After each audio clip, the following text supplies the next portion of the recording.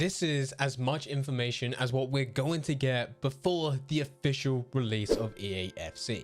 Today, we are going to be going through a full review, a full breakdown of what early playtesters have said about EAFC, the positives, the negatives, and also potentially some future problems. So let's get into it. Firstly, it makes sense to highlight the negatives first. That's what most people are concerned about. Let's talk about the gameplay. Gameplay in itself is subjective. EA is never going to release a game where everyone says, you know what, it's perfect, it's amazing, everyone loves it. 100% positive reviews. Never going to happen.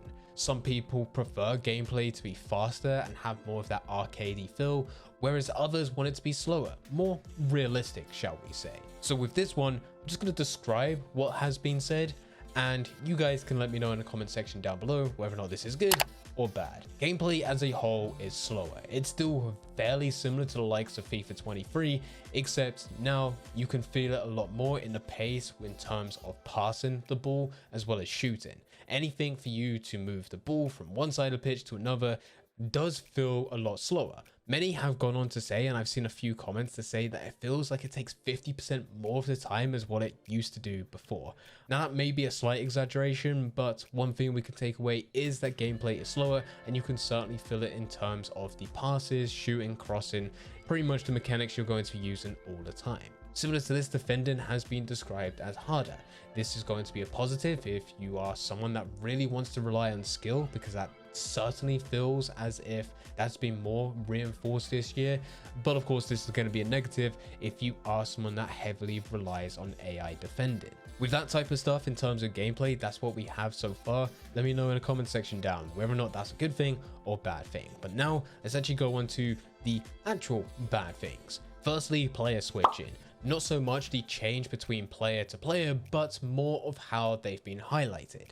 As always, there will be a cursor at the top of the player's head, except EA's made the bright idea to now have the player that you have currently selected, and also the second player, the player that you would be switching to the second you press the button. However, both of these icons are the exact same color. That already makes it hard enough to know which player you have selected, although if you were to pause game, you will be able to see that the player you have selected is slightly bigger, and also it's highlighted with a very thin black stroke. But it's not enough. It's not enough to see that in a moment of gameplay. And to make this even worse, they've selected the color for the cursor to be green. You know, the color of the full pitch. No matter where you look for EAFC reviews, there are complaints of this endlessly. It was a terrible decision, and as far as we can tell, there wasn't an option for you to change the color of these cursors within your settings. This must change. It's a small thing, it's an easy fix, but it's a very annoying problem. Another issue, and unfortunately, because I don't want this video to drag out to an hour long, we're gonna have to wrap this all into one.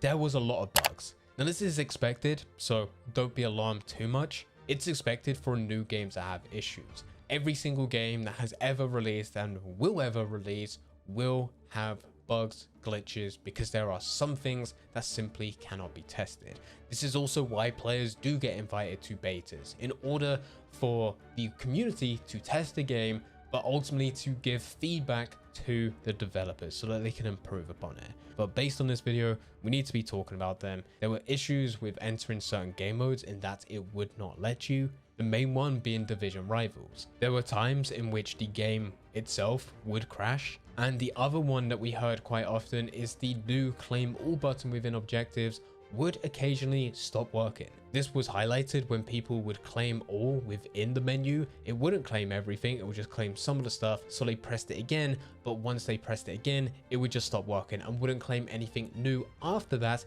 Even if you were to go and complete a new objective, it just would not register. So you would still need to go round manually and select them all individually. Hopefully these issues will be fixed before the release. But with that said, let's actually go on to some of the positives. Firstly, graphically, things look amazing. There are some real nice and intricate details on the top players in the game. Some of the animations that they have, which are based on their real life characteristics and performances. One in particular is Erling Haaland. He was emphasized quite a bit, even highlighted throughout the trailers when EAFC was first revealed. and you can certainly see that within game. It's expected every single year, player details get better and better and better, and you know that it links directly to them in real life. Women being added to Ultimate Team has been executed very well. They're not insanely overpowered, but the biggest fear that most people had was them being extremely weak. That's not the case. You can certainly bring on some female players within your team and use them alongside some of your male players. We should say in terms of this that those who did have access to the beta, they were only really able to go and use those who were at the top end, because with the beta, if you've never had an Ultimate Team beta code before, is that EA will let you play for the first few days, and then they start shoveling loads of packs your way which contain some of the best and highest rated players. So we can say, based on the top tier of players within game, this includes male and also female players, that they are really good, and there isn't an aspect which is insanely overpowered in terms of men versus women. They seem to be on a level playing field, and you can play with both within your team. And if you were to come up to an all men's or an all female team, there's not going to be one that absolutely bullies you and pushes you to the side, which is what I think most people were worried about. Evolutions, the new game mode added this year, was good. However, there were some points which were extremely easy to go and do, such as you just being able to score a certain amount of goals, do that into squad battles on semi-professional difficulty, be able to complete that within the very first game, upgrade your player. So there's an aspect of this where the challenges were very easy, and because of this, there are a lot of players who are hoping that challenges will be a lot harder to actually go through on the full release. The hopes is that these challenges, being as easy as what they were simply just for testing. This one we need to wait and see, but Evolutions itself was fun.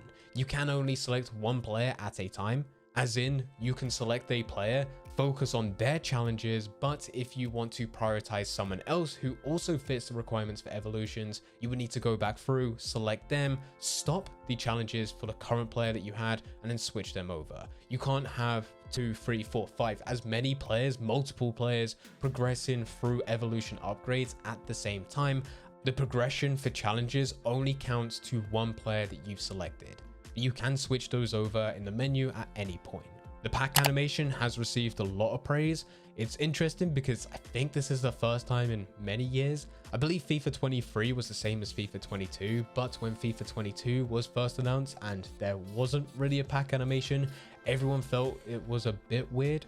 It's like there should have been something there, but it just cut and you just see the final bit of the animation. This year there's certainly a lot more build up, and when you go and get 2 players above a certain rating, of course they're going to do their thing. It's more dynamic and it is a lot better. Navigating the menu has also received quite a bit of praise, as you are now able to go into squad builders, for example. And let's say you wanted to go to the transfer market, you can now press LT, a drop down menu will be available in the top left, and then you can go and immediately select the transfer market. Head over to there, buy the players you want, and then go back into SBCs. That means if you was looking at a squad builder challenge, you don't need to back out of the challenge, back out of the SBC menu, go back to the main menu to then head across the transfer market, select transfer market, then select the transfer market there as well, and then go and select the players that you're looking for. So many less actions are taken, making the whole thing a lot smoother and a lot quicker. Overall, things are not perfect, but from my point of view, they're good.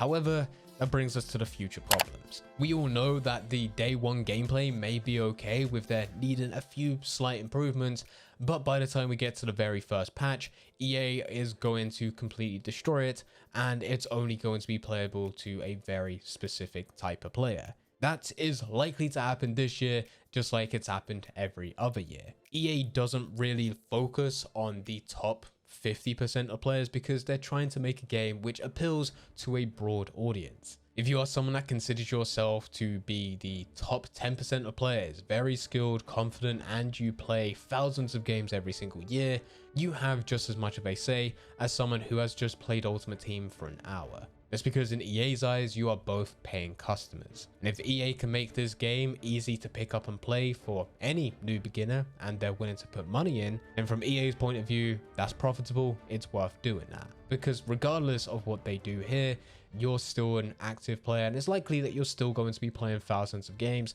even if you don't like the gameplay. We also can't deny that over the last few months, building up to the release of EAFC, there have been loads of leaks, and a lot of those have resulted in being true. Not just that, but we've had years now of leaks for many different promos that get announced weeks and potentially months before they are officially in-game. And this also probably won't stop anytime soon. So if you're someone that gets disappointed because the hype goes for promos as they were leaked way before, it's likely to happen in EAFC. And we can't forget that EA are likely to mess up a lot because they do this yet again every single year, multiple times every single week, giving the wrong rewards out, saying that some things are tradable when they're untradeable, some things being untradeable when in actual fact they're tradable, given the wrong players. Some players are not actually what they are. I remember a few years ago, anyone who did have Ericsson in their club would automatically be upgraded to his latest special card, so everyone had one. That was in FIFA 22, and I remember that because I had quite a few Ericssons to trade with. That was a very profitable week, and this happened all the way through FIFA 23 as well, with many other players. In fact, EA already messed up on the very first day of them giving out codes to EAFC beta because they gave out codes which were then linked to the wrong game. They immediately solved that problem, but it's just the fact that you're going to have to endure EA making these mistakes and then them trying to fix it later, rather than just not making these mistakes. Now, of course, everyone makes mistakes, but for EA, this happens frequently, way too frequently, as said, multiple times every single week. But anyway, this is Playtesters' impressions of EAFC. This is what we currently know about, people's opinions, and also potentially some future problems. If you enjoyed this video, then I highly recommend clicking the next video. This one tried to take a balanced view as we looked at positives, negatives, and future issues, whereas next video, we're just looking at the negatives and all the problems that we're going to face within the future. So if you're interested in that, click that video and I'll be over there to guide you through absolutely everything.